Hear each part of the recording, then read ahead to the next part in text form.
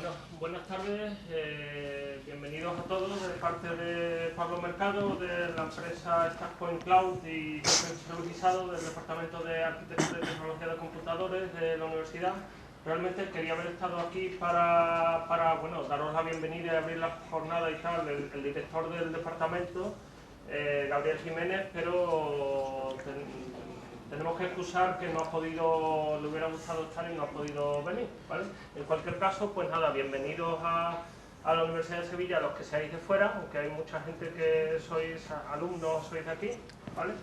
Y bueno, abrimos hoy los encuentros que, bueno, si hay interés por parte de todos y tal, pues pretendemos abrir en plan foro de debate sobre Kubernetes, sobre computación en la nube y más en general sobre contenedores y Kubernetes. Y bueno, y hoy pues tenemos aquí a dos ponentes que seguro que nos van a aclarar bastante el tema sobre Kubernetes y sobre experiencias pioneras en Kubernetes, OpenShift, etcétera. Entonces, para empezar, pues os presento a José Fuentes de la empresa Bitnami. Y bueno, sin más, pues te dejo que empecemos. De acuerdo, gracias. Hola a todos, mi nombre es José. Veo por aquí algunas caras conocidas y otras que no, pero bienvenido a todos. Bueno, vamos a hablar hoy un poco sobre qué es Kubernetes, un poco sobre containers y un poco sobre por qué hay gente que le tiene miedo y cómo perder ese miedo de usar containers. Bueno, aquí dejo mis señas, mi correo electrónico y Twitter, por si alguien quiere escribir o preguntar algo a través de Twitter, pues contestaré y tal, y podemos hablar por ahí. Y bueno, en cualquier momento, si tenéis alguna duda, levantad la mano y hacemos esto un poco interactivo, ¿vale? Así ya descanso un poco, que tengo también la voz un poco tomada. Vale. ¿Se ven las diapositivas? Simplemente una pequeña introducción. ¿Qué es Kubernetes? ¿Para qué sirve? Y ¿por qué usarlo? ¿Vale? ¿Quién de aquí conoce Docker? Que levante la mano. Vale. La mitad larga de la sala. ¿Quién de aquí conoce Kubernetes y sabe que, al menos sabe que existe y por qué existe? Vale, algunos. Vale, en cualquier caso daré una pequeña introducción, me iré parando un poco en los conceptos básicos, simplemente para entender lo básico de cómo funciona y luego poder sacar provecho de la última parte de la sesión, que es bastante más práctica. Hago una pequeña introducción. Los containers son simplemente una nueva forma de desplegar aplicaciones, ¿vale? Me gusta el símil que se usa mucho en este tipo de charlas con los barcos de mercancía. Antes pues había barcos que transportaban líquidos, barcos que transportaban lana, barcos que transportaban ganado, y eran diferentes. Luego se inventaron los containers y ya solo hay barcos que transportan containers y pueden ser de cualquier cosa. Vale, también hay petroleros, sí, pero hay barcos que transportan containers de lo que sea. Esto es la misma idea, pero aplicada al software. Con containers, pues, si tú quieres desplegar una aplicación en Rails, tendrías que saber cómo se despliega una aplicación en Rails, cómo se despliega una aplicación en Node. Pues con containers simplemente tienes que saber cómo se despliega un container y te abstraes de todo del resto de cosas. Así que básicamente Kubernetes está orientado a orquestar containers en un clúster. Está básicamente orientado a sistemas grandes y a sistemas en producción. Bueno, este proyecto está impulsado por Google. Ellos tienen bastante experiencia llevando aplicaciones, corriendo aplicaciones con containers, y bueno, pues sacaron esto que se supone que recoge un poco ese legado y lleva al público ese tipo de orquestación.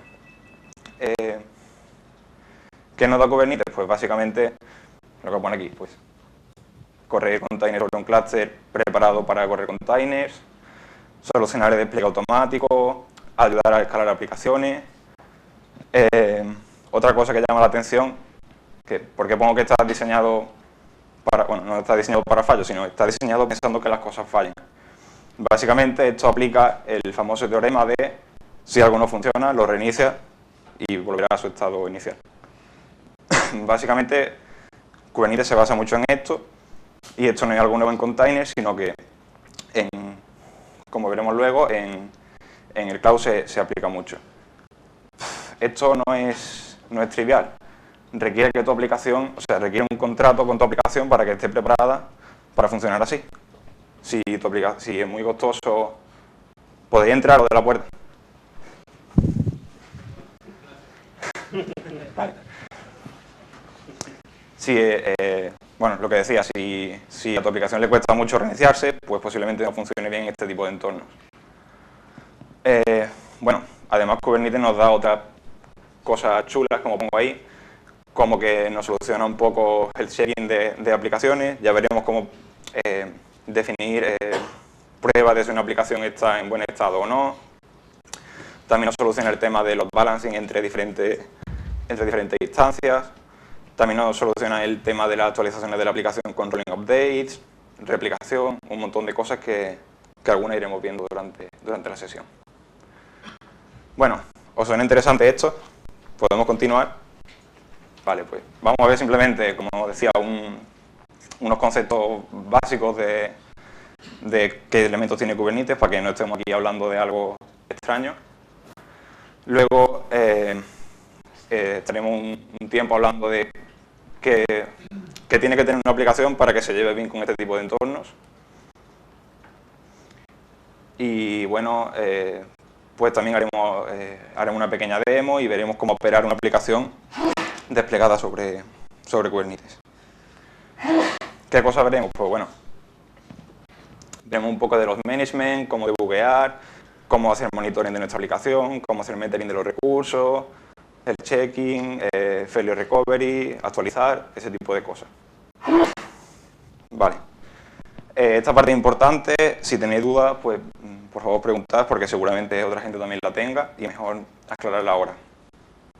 Esto suena como una clase de teoría, pero nada más lejos de la realidad.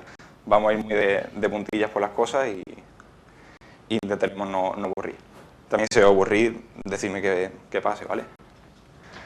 Bueno, esta diapositiva tan densa es podemos decir, una vista desde arriba de la arquitectura de un clúster de Kubernetes.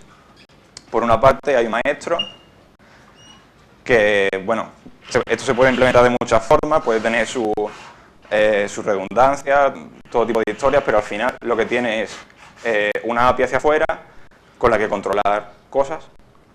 Tiene un etcd, que básicamente es una base de datos clave-valor que se usa para tener guardado un estado de todos los recursos del clúster, y también para hacer service discovery pues puede usar esta pequeña base de datos para saber si hay un servicio que se llame de una determinada forma o que tenga alguna determinada propiedad. También tiene un scheduler que básicamente lo que controla es dónde poner en qué nodo poner cada pod, que ahora veremos lo que es. Y el control manager, que básicamente se encarga de que el estado que tú le has expresado que quieres sea consecuente con la realidad que hay en ese momento. Bueno, al master se le conectan minions, que es un nombre muy gracioso, pero básicamente son máquinas con Docker y algunos elementos especiales como este kubelet y kubeproxy, ¿vale? Y bueno, se conectan al master y entonces el master le puede mandar cosas a ellos, como desplegar en ellos un container o ese tipo de cosas. Básicamente dentro tenemos Docker corriendo, ¿vale? Y vamos a correr contenedores normales dentro. También mencionar que Kubernetes no solo funciona con Docker, sino que también puede funcionar con Rocket, por ejemplo, o otras tecnologías como AppC. Pero bueno, lo más normal es que lo encontréis con Docker.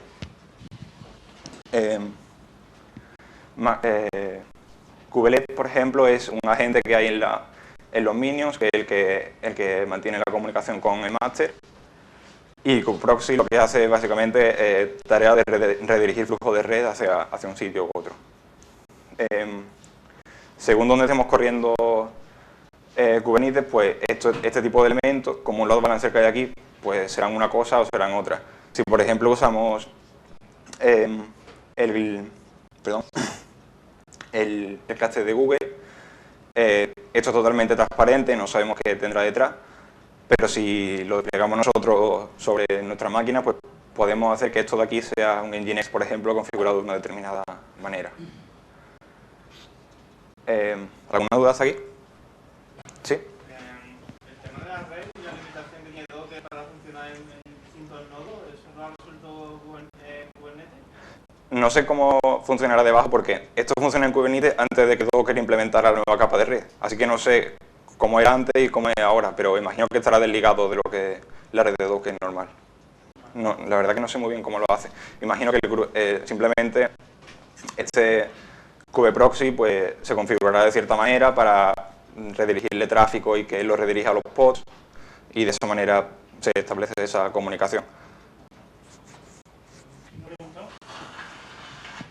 Si alguien tiene la respuesta, pero que simplemente alguien la tenga, quiero responderle. Si no, las máquinas, cada una, depende del despliegue como lo hagas con tu máquina. Hay veces que no te hace falta un overlay de red, que ese sería el caso ideal, pero habitualmente te va a hacer falta un overlay, porque el que lo has puesto ahí, cada pod es como una unidad propia, tiene su propia IP, y esa IP pertenece a un rango de la RFC y tal. Entonces, dentro de la máquina, los diferentes pods, si vosotros dices Docker o Rocket o lo que os dé la gana dentro de una máquina vuestra, vaya a ver que se ven entre ellos porque hay un bridge que los comunica. Apenas salen fuera ya no se pueden comunicar unos con otros. A nivel de pod, ¿no? A nivel de pod no se pueden comunicar unos con otros. La solución, en ese caso, es darle una IP real a cada pod, que eso es el mundo ideal, eso no suele existir, o montar un overlay. Los overlays más conocidos que hay, bueno, no son los más conocidos, los más populares dentro de Kubernetes son Planner, Weave, cosas así. Cualquiera realmente te vale, cualquiera de esos. Lo que hacen esos elementos es crear su propio bridge y asignar a cada uno de esos pods, a cada máquina, un rango de IP que no se pisen unos con otros. Cuando pasa el tráfico de una máquina a otra, se tuneliza, puede ser por VXLAN, con UDP, con lo que sea. Esos detalles, para mí que soy desarrollador, me importan una mierda. A mí con poner el planner ahí y que eso tire, que no vaya lento, hay un poco de overhead, además de que está tunelizado. Está tunelizado ya sea con UDP, con IP, con lo que te dé la gana, sufre un poquito más. Pero realmente, para mí, con que sea transparente, me suele valer. Y dentro de las tecnologías que se usan están los VXLAN, que lo que a la gente le pica un poco más de VXLAN es que pasa por capa de usuario, por capa de kernel, recibe context switch cada paquete que recibe. Y después están los cálicos y toda esa gente, o los romanas, que usan BGP. Alguien dirá, BGP, estáis locos, BGP, no, eso es que comunica continentes, ¿sabes? En este caso, BGP encaja más o menos. Si queréis, en la página web de Cálico viene el por qué ellos usan BGP y tiene sentido más o menos. Después, a nivel de seguridad, ya que aquí no hay firewall realmente, lo más que hay es esto que ha puesto ahí José, y ese firewall lo que está haciendo es un poco redirigir el tráfico externo hacia dentro. Si queremos que un pod no vea otro pod, tenemos policy, pero es una cosa muy nueva. Está dando 1.4 de Kubernetes y que yo sepa ni siquiera Google lo tiene implementado ahora mismo a nivel que tiene la 1.4 de Kubernetes. Ahí sí puede decir relativamente, tengo una red, esto es un backend, quiero que el tráfico del frontend al backend solo vaya por este puerto y que cualquier otra persona accediendo aquí no pueda hacerlo. Todo eso es un SD, no es declarativo. Si miras cualquier instalación de las que hay por ahí de referencia de Kubernetes, va a ver cómo usan Planner o Weave y que es como un pasito más. Y si quieres profundizar, tienes Gracias, Pablo. Bueno, vamos con los pods. Los pods es el componente más básico en Kubernetes. Básicamente se puede ver como una colección de containers y en particular puede ser un solo container. y es la unidad básica de replicación en Kubernetes. Tú puedes mover un pod de un minion a otro, de un nodo a otro, puedes levantar un pod, puedes tirarlo, pero si hay un pod con 2 containers, no puedes decir quiero este container y no este. ¿Vale? La unidad mínima es el pod. Al igual que los containers, están pensados para ser efímeros. Esto quiere decir que no puede asumir que va a estar ahí siempre. El planificador puede moverlo de nodo, puede quitarlo si en algún momento está en autoescalado por lo que sea y considera que ya no tiene que estar ahí. No puede considerar que va a estar siempre ahí. Cuando si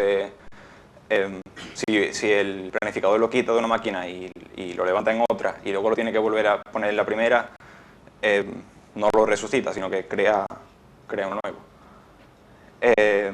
Un poco, si conocéis Docker, aquí hay un poco de variación con el concepto de container de Docker y el pod en Kubernetes, porque los containers dentro de un mismo pod comparten el espacio de PIDs, comparten network y, bueno, como consecuencia comparten hostname. Eso significa que el container A, en este caso, ve todos los puertos del container B y le puede hablar a través de localhost, o sea, comparten el mismo espacio de puertos.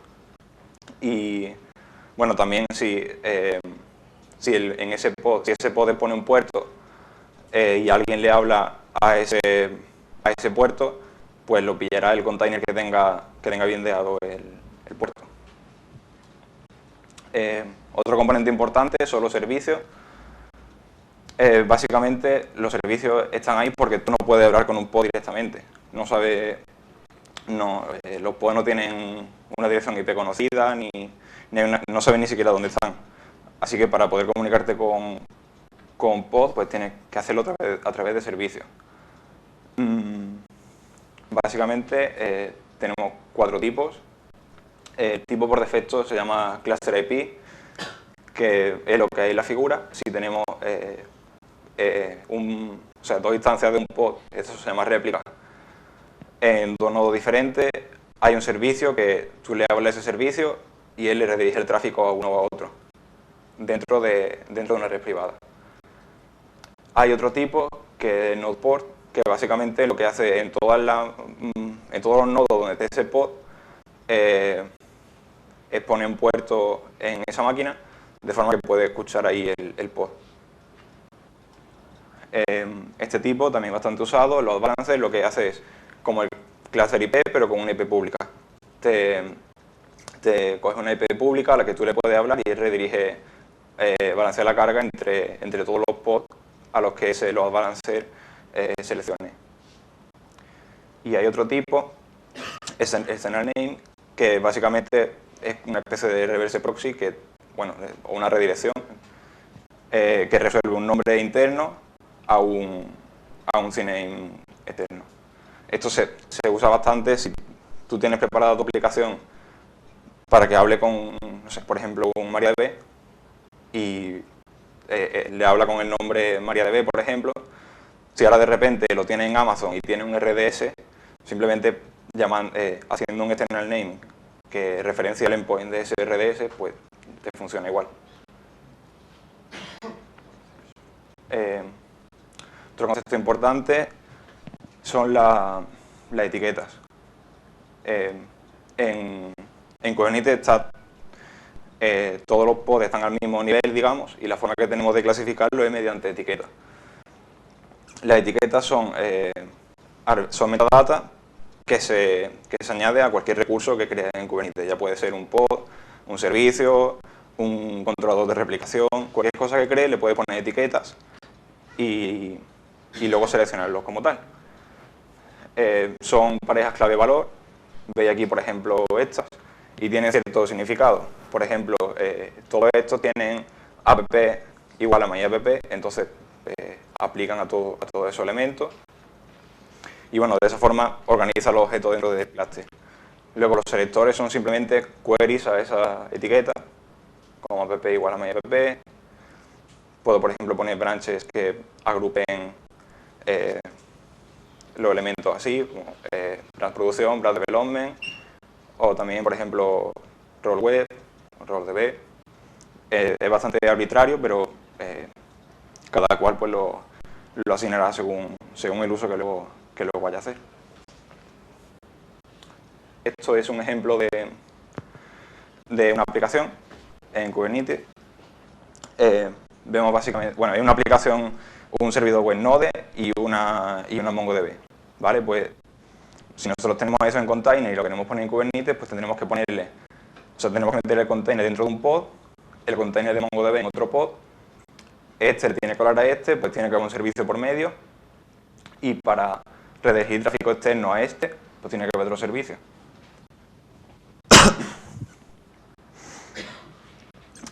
Eso es como se describe.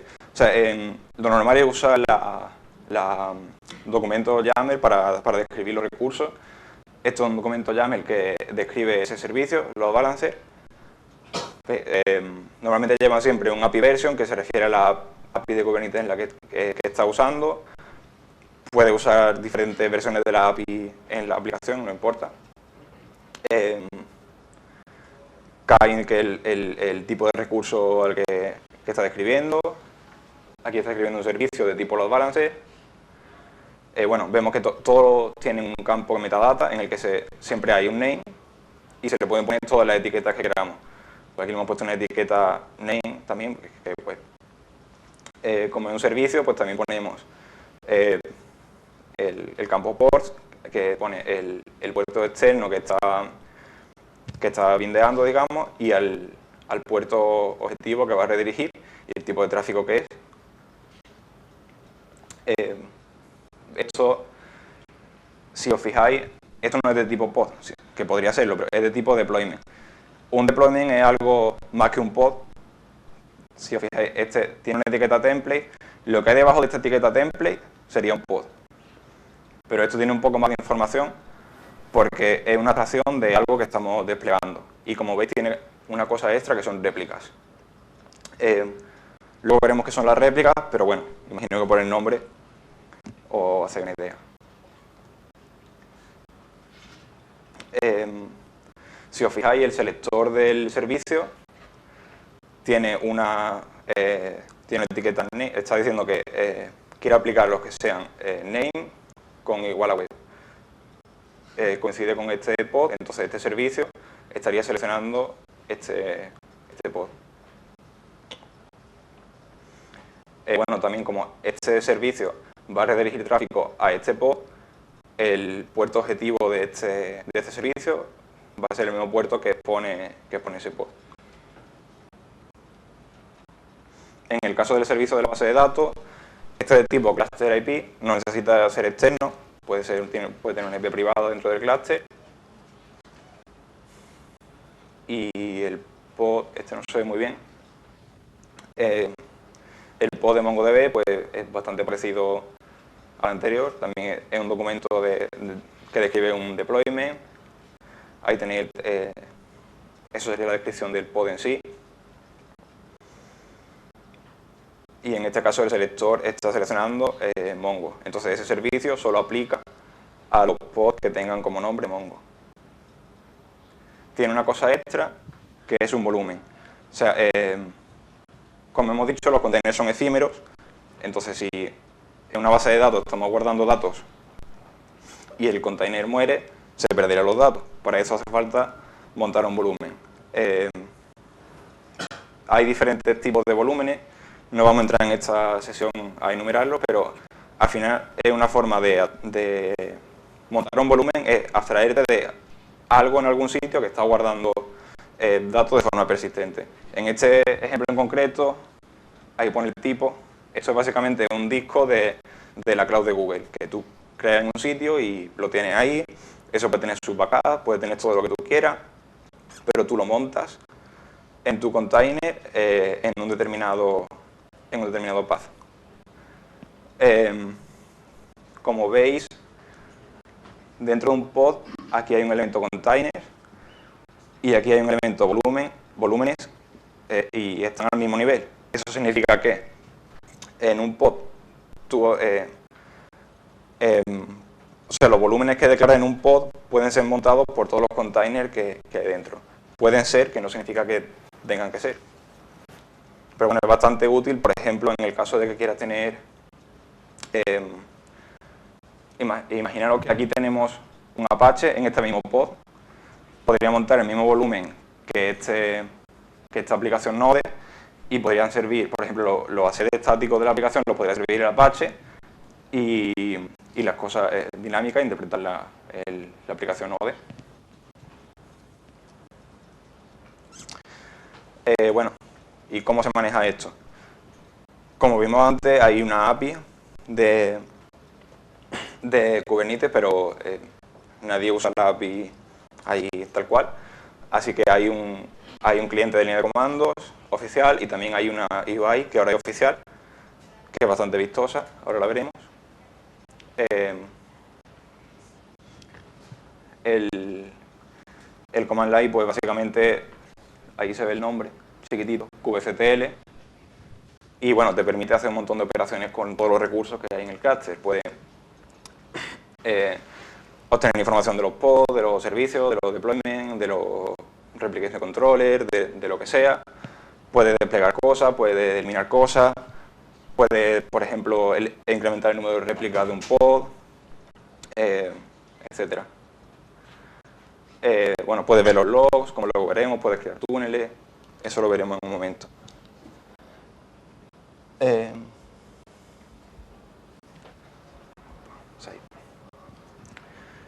Y esto es la UI, que, bueno, como pone ahí, corre en un pod. Esto, básicamente, de una vez que despliega el clúster, si quieres desplegar esto, pues lo despliegas como otra parte más de la aplicación, y es una aplicación web que llama a la API de Kubernetes. Yo he preparado, espero que funcione.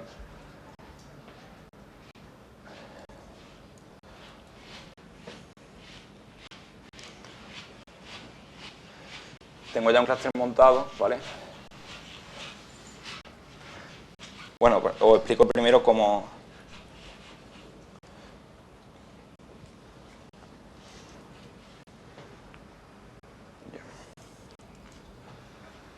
Vale, hay un comando que se llama kubectl proxy, que lo que hace es básicamente redirigir un puerto en el que está escuchando esa UI a tu localhost. Entonces, si nosotros ejecutamos esto, eso está hablando con la API de Kubernetes y diciendo que el puerto 80 o el que sea del pod que tiene la UI me lo redirija a localhost. Debería salir un mensajito diciendo que eso está redirigido. José, ¿dónde está ese Kubernetes?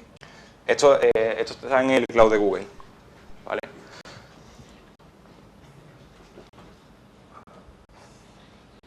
No sé si estará funcionando, vamos a probar suerte.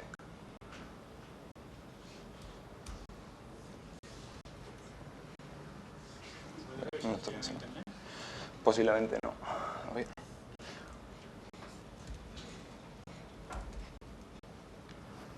Sí, internet hay. Sí, pero los tiempos...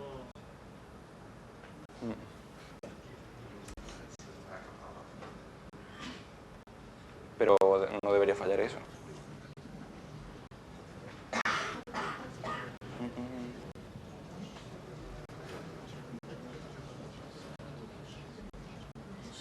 A ver. Creo que es una buena oportunidad para...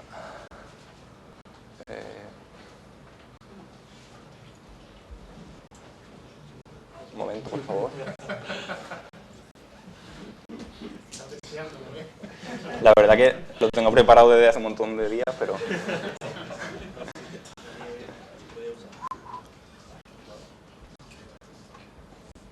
Vale. Vamos a intentar solucionar los problemas de red.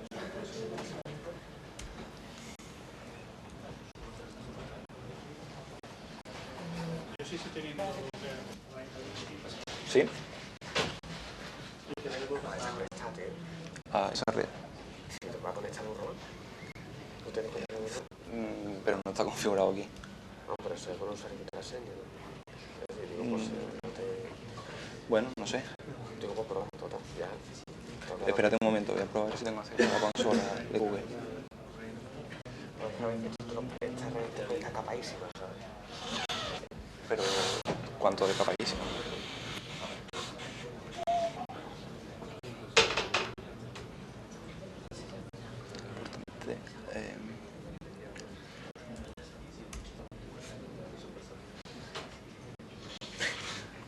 No sé de ahí. Va, pero valentito.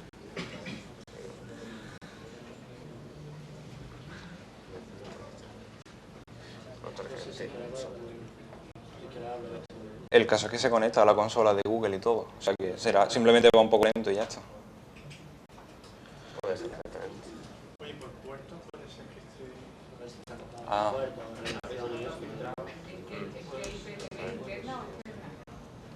pues no sé, vamos a ver.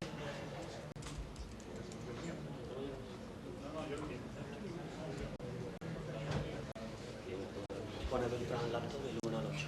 No otro pero sí, 6 7 Vale. Lo probamos. ¿iPhone de Beltrán?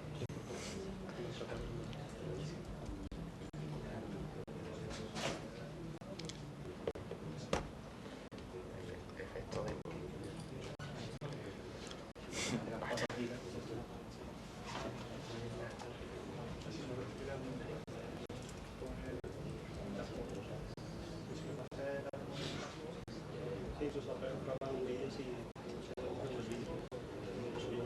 Pero si uso este y no se hace eso, por ejemplo. Pues si no, pruebo dos rounds. Es probable que lo menos si es un puertito extra, te lo está siempre grabado. Lo digo. Que el SIG te lo pone más no hagas ninguna de ellas. Entonces tenemos eso. El caso es que no me deja conectarse a la red de Beltrán. Si no, intento conectar. Saco yo un lettering. No, intentamos con EduRAN. Y EduRAN te deja salir por los puertos. No tengo ni idea, no hemos probado.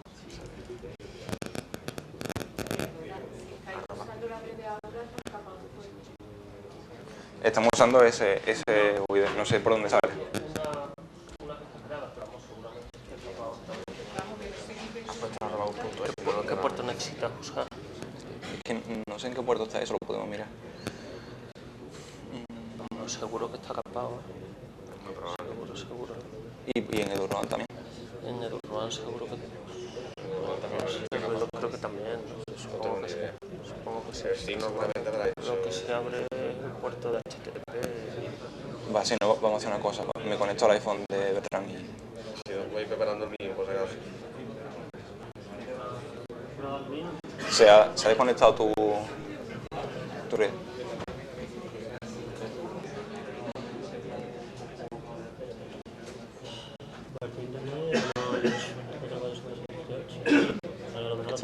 Ah, espera, me ha salido ahora.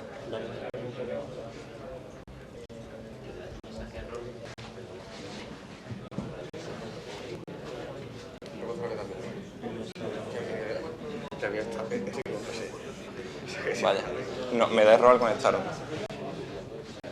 esa está la mía, la María Mejía. Esa no tiene onda. Esa tiene que poner, porque esa no tiene onda. No tiene señal. Mira, ahora aquí sí. No me chupes mucho. Igual. Vale, estoy conectado con el de este hombre. Gracias.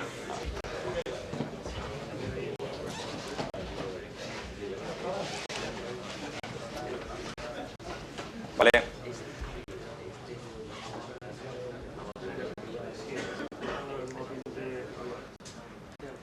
Ahora sí ha funcionado, ¿vale? El comando kube-proxy ya me está redirigiendo el endpoint de la UI, esa que hay por ahí, a localhost y el puerto 8001. Entonces... Sí. Por poner en contexto, los pasos previos que tú has levantado un cluster en Google y después Sí. el local te has configurado. Sí, vale, luego comento. Yo he entrado en el Google Compute Engines, me he creado un clúster con Kubernetes que lo monta solo, de hecho no puedes configurar nada. Y luego he configurado mi comando kubectl para que apunte a ese clúster, ¿vale? Que ese paso lo hemos omitido aquí. Y bueno, una vez que ponemos el comando ese de proxy, ya tenemos aquí el panel de control del clúster. ¿Sobre qué clúster podría implantarlo? ¿Tiene que ser el de Google o puede ser No, el propio? En principio puede ser cualquiera. Hay, de hecho, incluso en local, en el local se puede poner también perfectamente y funcionaría.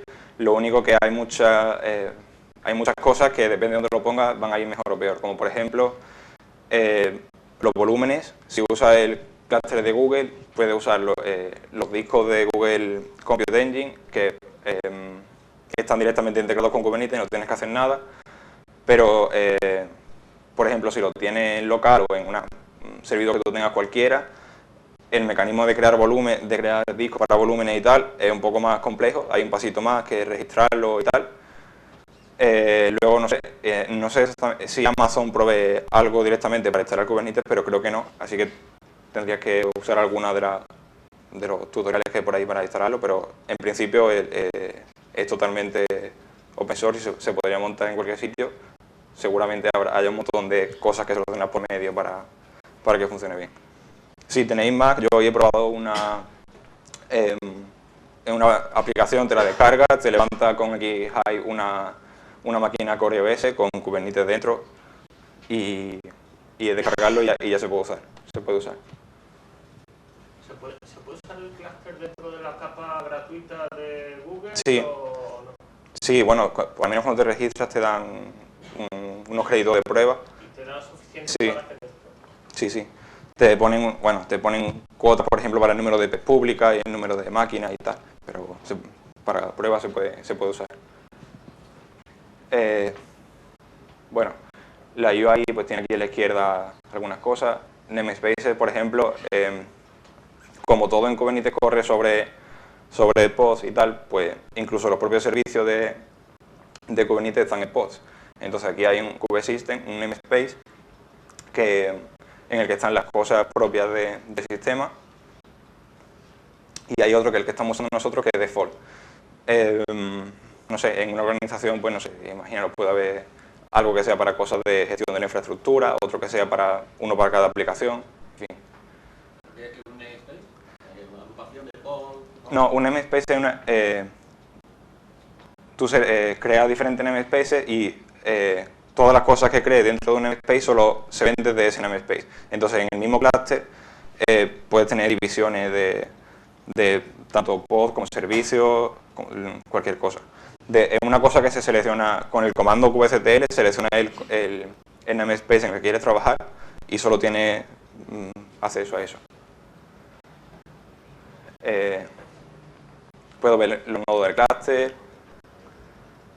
puede ver si has creado algún volumen, no sé, tiene aquí muchas cosas que ver de forma gráfica, incluso puede desplegar desde aquí, lo mismo que lo puede hacer desde línea de comando, que es bastante más cómodo, también podría hacerlo desde aquí, podría describir aquí en este formulario qué container quiere usar, qué nombre le va a dar y darle deploy y se crea.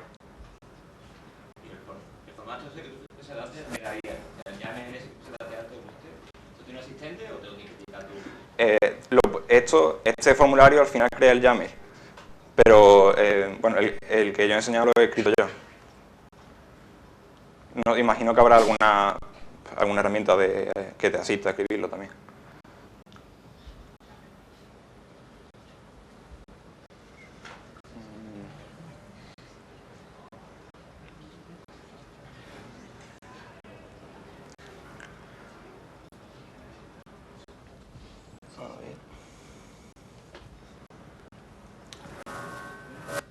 Bueno, un poco de agua.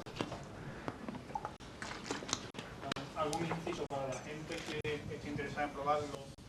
Aparte de la capa gratuita de Google, la aplicación que le han contado antes que existe, pues, o bien en Cube o con Cube, ¿no? Son las dos que hay así. Cube solo. ¿Cube solo? En .app de OS X, simplemente... Vale. También está Minikube, te lo instala en cualquier máquina Linux o lo que sea. Está tirando sobre Docker, eso tira fácilmente en cualquier máquina. No tiene todas las funcionalidades, ¿vale? Pero bueno, realmente para el 95% de las cosas que la jefa de desarrollo te lo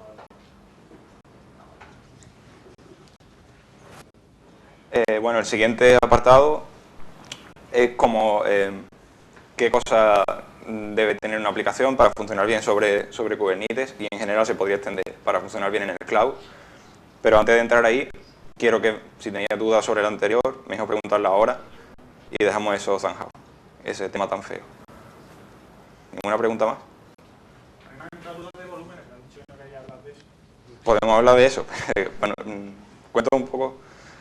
Bueno, si quieres un poquitín... Sí. Yo tengo mis lagunas con la parte de volúmenes. Básicamente, de cara al container, el volumen es siempre un directorio en el que leer o escribir cosas. Pero lo que eso tiene detrás pueden ser infinidad de cosas. Por defecto, en el cloud de Google, los tipos que tiene son un disco de cloud de Google, que se puede crear con la capacidad que tú quieras y tal, en el cloud, y el mismo que se usa para cuando levantas máquinas, el mismo disco, puede ser el soporte de estos volúmenes. Hay otro tipo que dir host o host dir, que creo que se llama, que eso es simplemente en la máquina en la que esté montado el pod, va a coger un directorio vacío de la máquina, o sea, va a crear un directorio y te lo va a montar en el container. Eso no sirve realmente para persistir, porque si esa máquina muere, si de verdad está en un cloud, esa máquina va a morir en algún momento, entonces lo que haya ahí lo va a perder. Pero, por ejemplo, es útil si estás probando tú en local, es bastante útil porque de una forma fácil, pues en tu máquina estás montándola en el container.